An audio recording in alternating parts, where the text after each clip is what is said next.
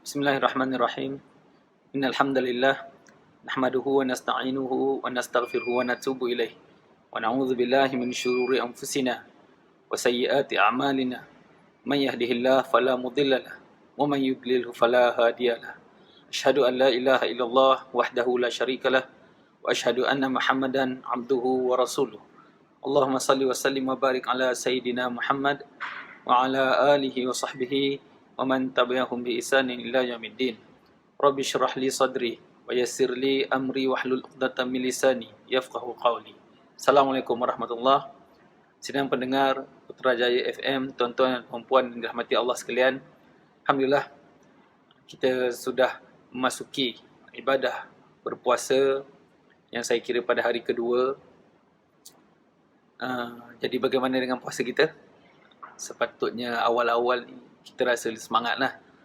Cuma kita nak fokus momentum tu. Jangan sampai awal-awal je yang kita semangat. Sepatutnya sampai ujung nanti pun kita kena semangat juga. Bahkan bila dah ujung-ujung nanti kita kena buat lagi pecutan yang lebih hebat. Cuma tu nanti kemudian insya-Allah kita akan kongsikan.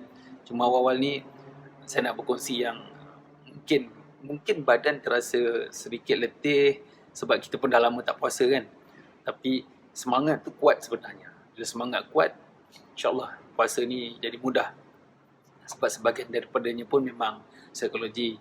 Dan Alhamdulillah sekarang pun cuaca banyak membantu. Musim panas dah berlalu, hujan kadang-kadang. Jadi Alhamdulillah lah. Dan bila sebut tentang puasa, sekali lagi ingin saya ingatkan satu ayat dalam firman Allah Subhanahu wa taala dalam Al-Quran, surah Al-Baqarah ayat 183. Ba'da a'udzu billahi minasyaitonir rajim.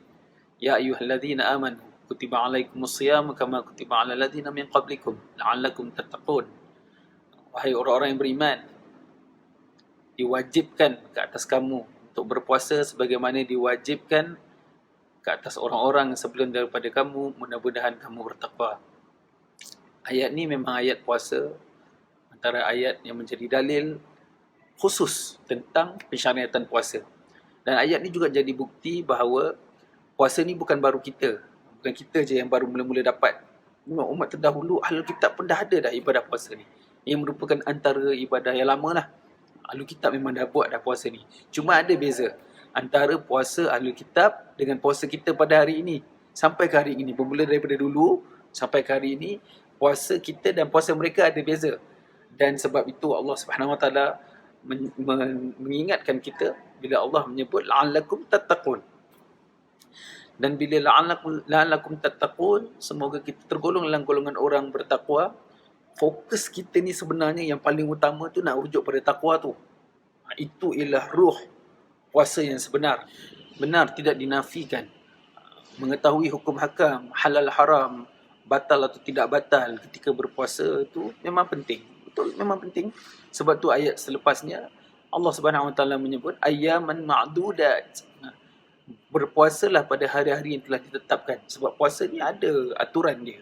Dan Allah sebut faman kana minkum maridan aw ala safarin fa'iddatum min ayyamin ukhar. Dan bagi mereka yang sakit, untuk mereka yang sakit atau bermusafir, maka boleh buka puasa dan diganti dengan hari-hari kemudian. Jadi hukum hakam ini penting, tetapi cuma satu fokus yang perlu kita tekankan, ruh ibadah puasa itu sendiri sebenarnya untuk mencapai ketakwaan, mencapai makam takwa. Itu sebenarnya yang perlu ditekankan, dan itu sebenarnya antara yang membezakan di antara puasa kita dengan puasa Ahlul Kitab. Kalau dulu macam yang saya sebut, ibadah puasa ni dah dilakukan, dah disyariatkan kepada umat-umat terdahulu pun, Ahlul Kitab, Yahudi dan Nasrani. Cuma bezanya bila kita ni disebut la'allakum tattaqun, mudah-mudahan kita bertakwa. Puasa kita ni perlu ada set undang-undang, tak boleh ikut suka hati. Berbeza dengan Ahlul Kitab dulu. Kalau dulu Ahlul Kitab dia rasa dia nak puasa Ramadan, dia puasa Ramadan. Lepas tu kalau Ramadan jatuh musim panas, dia tak nak puasa, dia injak pergi bulan yang mana musim sejuk. Timing pun ikut suka hati dia. Bila dia lapar, dia makan dulu. Sampai dia rasa dia nak bermula, baru dia nak bermula puasa. Bila dia nak berbuka, baru dia buka puasa. meletakkan syarat-syarat sendiri, ikut suka hati dia, ikut hawa nafsu dia, itu salah. Puasa kita ada hukum hakam dan aturan yang perlu kita ikuti. Dan itulah yang membezakan antara puasa kita dengan puasa Ahlul Kitab. Dan itulah yang disebutkan sebagai ketakwaan, di mana total submission pada kehendak Allah Subhanahu Wa Taala, tanpa perlu kita ubah sedikit pun syariat-syariat mengikut selera kita. Yang tu yang tak boleh.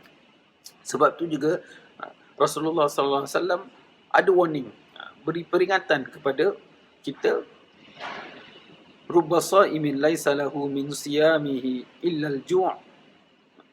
Berapa ramai orang yang berpuasa tapi tak ada apa untuk dia, tak ada apa yang dia dapat melainkan kelaparan, melainkan lapar dan dahaga. Itu je dapat. Tapi ganjaran daripada Allah Subhanahu Wa Taala tak ada. Dan kerana itu pentingnya untuk setiap ibadah yang kita lakukan diterima oleh Allah Subhanahu Wa Taala. Sah tak sah itu satu perkara, tapi kalau Allah tak makbul, Allah tak terima, makanya ia menjadi amalan yang sia-sia. Cuma kalau amalan itu sah, mungkin kita tak dapat dosa meninggalkan amalan tu. Jadi kita dah terlepas daripada tanggungjawab. Tapi penerimaan Allah dalam ibadah itu yang menjadi satu isu. Kerana penerimaan Allah penting dalam rangka kita nak mencapai ketakwaan dan mencapai keredaan Allah Subhanahu Wa Taala. Bila kita sebut tentang takwa, takwa ini merupakan wasiat daripada Allah Subhanahu Wa Taala kepada para nabi dan rasul, dan ianya disampaikan terus kepada anak-anak Adam, umat Islam secara keseluruhan sehingga ke akhir zaman.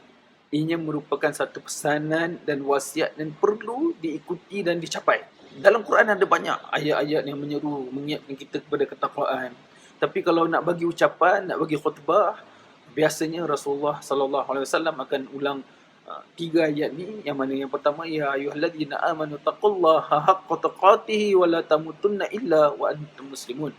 Wahai orang-orang beriman, hendaklah kamu bertakwa, hendaklah kalian bertakwa dengan sebenar-benar takwa, dan janganlah kamu mati melainkan dalam ketakwaan dan dalam keadaan berserah, dalam keadaan Islam, berserah kepada Allah Subhanahu Wa Taala. Jadi syarat sebagai seorang Islam mencapai keridhaan Allah, tak boleh mati melainkan dalam diri ada takwa. Ya ayuhan nas taqu rabbakumul ladzi khalaqakum min nafsin wahidah wa khalaqa minha zawjaha wa batha minhuma rijalan katsiran wa nisaa. Bila Nabi mengingatkan manusia, wahai manusia, dijadikan kita semua ni daripada satu jiwa, daripada satu jiwa, yakni merujuk kepada Nabi Adam AS, dan kemudian barulah berpecah-pecah, dijadikan berbagai suku, bangsa dan puak untuk kita saling mengenali dan kita saling menghargai perbezaan itu dalam masa yang sama. Bila kita menghormati dan menghormati dan meraihkan perbezaan itu, kita sebenarnya juga memupuk diri untuk menjadi orang dan insan yang bertakwa. Kemudian diikuti dengan satu lagi ayat yang sering Rasulullah sallallahu alaihi wasallam ulangi, ya ayyuhalladzina amanu taqullaha wa qulu qawlan sadida yuslih lakum a'malakum wa yaghfir lakum dhunubakum wa may yuti'illaha wa rasulahu faqad faza fawzan 'azima. Bila Rasulullah mengingatkan melalui firman Allah Subhanahu Wa Taala, orang-orang beriman, bertakwalah kepada Allah dan sebutlah kata-kata yang benar, kata-kata yang tepat. Dan orang-orang yang sebegini ada ganjaran istimewa yang dijanjikan oleh Allah Subhanahu Wa Taala dalam rangka ketaatan kepada Allah dan juga Rasulullah sallallahu alaihi wasallam. Jadi ini antara kepentingan takwa, kerana itu ia sering diulang-ulang di dalam Al-Quran dan juga sering diulang-ulang dan disebut oleh Rasulullah sallallahu alaihi wasallam. Selain daripada itu, ketakwaan juga bukan sahaja menjamin kehidupan yang baik dalam kehidupan yang abadi kelak, yakni kehidupan selepas dibangkitkan semula ketika hari akhirat, tetapi takwa juga memberikan kita jaminan janji Allah Subhanahu Wa Taala di dalam kehidupan kita di atas dunia ini. Yang mana bila Allah sebut dalam surah At-Talaq ayat 2 dan 3, yang ni kita sebut sebagai ayat 1000 dinar. Kalau nak sebut ayat 1000 dinar ni, rasa sedih pun dah, malang rasanya bila kita tengok ayat 1000 dinar ini dipaparkan, di frame dan digantung di rumah, di kedai-kedai, di premis-premis perniagaan, seolah-olah ianya menjadi tangkai.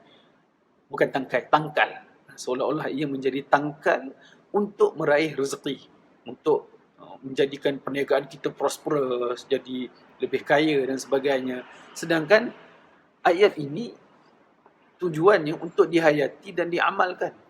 Kita tengok ada kedai tampal gantung sampai 2-3 frame ayat 1000 dinar. Tapi bila kita sebut, bila kita baca ayat tu, seolah-olah dia tak pernah dengar, tak pernah tahu pun.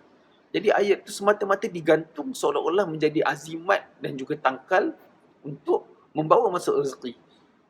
Padahal dalam surah At-Talaq ayat 2 dan 3 itu Allah Subhanahu Wa Taala menyebut, "Ba'da a'udzubillahi minasyaitonir rajim, may yattaqillah yaj'al lahu makhraja."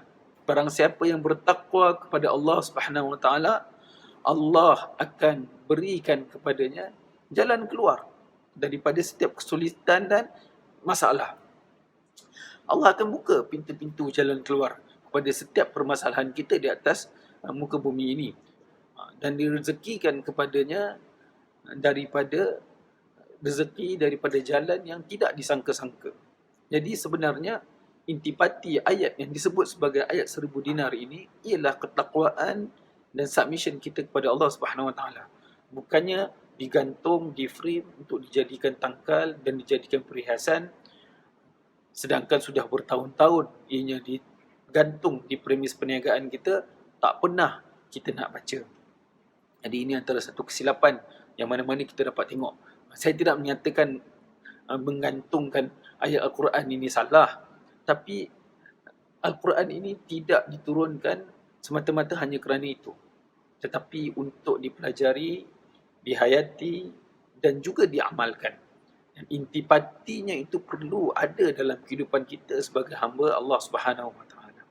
Kemudian apabila kita membicarakan tentang takwa, orang-orang yang bertakwa, kadang-kadang kita ada stigma. Boleh tak kita ni mencapai makam takwa? Takwa ni hanya pada wali-wali saja ke? Hanya pada para nabi, para rasul, wali-wali, orang-orang yang betul-betul soleh saja ke? Adakah kita ni sebagai manusia yang kadang-kadang kita buat kesilapan, kadang-kadang kita buat dosa, yang mana dosa tu kita tahu, Allah juga tahu, tapi mungkin orang lain tak tahu. Dan dosa itu kadang-kadang dosa yang sering kali berulang dia lakukan. Mungkinkah orang-orang seperti kita ni tidak dapat mencapai makam takwa? Pertama sekali kita kena ingat bila Rasulullah sallallahu alaihi wasallam bersabda dalam sebuah hadis yang ada perbincangan, namun hadis ini diterima, maksudnya sebagaimana diriwayatkan oleh Al-Imam At-Tirmizi, kullu bani Adam khata'un wa khairul khata'in tawwabun. Setiap anak Adam itu melakukan kesilapan, dan sebaik-baik mereka yang telah melakukan kesilapan ialah mereka yang bertaubat daripada kesilapan tersebut. Dan kita ni pastilah melakukan kesilapan. Jadi sebagai orang yang melakukan kesilapan dan dosa, adakah sulit, adakah mustahil bagi kita untuk mencapai makam takwa? Kita tengok dalam surah Ali Imran bila Allah Subhanahu Wa Taala berfirman, "Walladzina idza fa'alu fahishatan aw zalamu anfusahum dzakarullah fastaghfaru lidzunubihim wa may yaghfiru dzunuba illa Allah wa lam yusirru 'ala ma fa'alu wa hum ya'lamun." Yang bermaksud, dan juga orang-orang yang apabila mereka melakukan perbuatan yang keji dan menzalimi, menganiaya diri sendiri, kemudian mereka segera mengingati Allah dan bersegera memohon keampunan terhadap dosa-dosa yang telah mereka lakukan. Dan siapakah lagi yang dapat mengampuni dosa tersebut selain daripada Allah Subhanahu Wa Taala? Dan mereka tidak lagi meneruskan perbuatan keji itu sedang mereka mengetahui, sedang mereka dalam keadaan yang sedar. Jadi dalam ayat ini, apabila Allah Subhanahu Wa Taala sedang membicarakan tentang orang-orang yang bertakwa, ia memberi gambaran bahawa orang-orang yang bertakwa ini juga melakukan kesilapan, melakukan perbuatan mungkar, keji dan mungkar, dan menzalimi diri sendiri. Tapi beza orang-orang yang bertakwa dengan orang-orang yang jauh daripada takwa, mereka yang bertakwa akan segera mengingati Allah dan memohon keampunan setelah melakukan kesilapan, setelah menyedari mereka telah melakukan kesilapan, setelah menyedari mereka telah tergelincir di dalam lembah dosa dan maksiat. Jadi bersegera memohon keampunan daripada Allah Subhanahu Wa Taala. Bila Allah Subhanahu Wa Taala menyebut fastaghfaru lidzunubihim, bersegera memohon keampunan ke atas dosa-dosa yang telah mereka lakukan. Maka itulah yang wajar dilakukan oleh mereka yang bertakwa. Dan kita, tatkala melakukan kesilapan, tatkala tergelincir ke lembah dosa dan maksiat, maka segeralah memohon keampunan terhadap apa yang telah kita lakukan. Dan dalam keadaan kita sedar, jangan sesekali kita mengulanginya lagi. Kemudian Allah SWT dalam surah Al-A'raf juga berfirman, Innal ladzina taqaw idza massahum ta'ifun minasyaitan tadzakkaru fa idzahum mubsirun.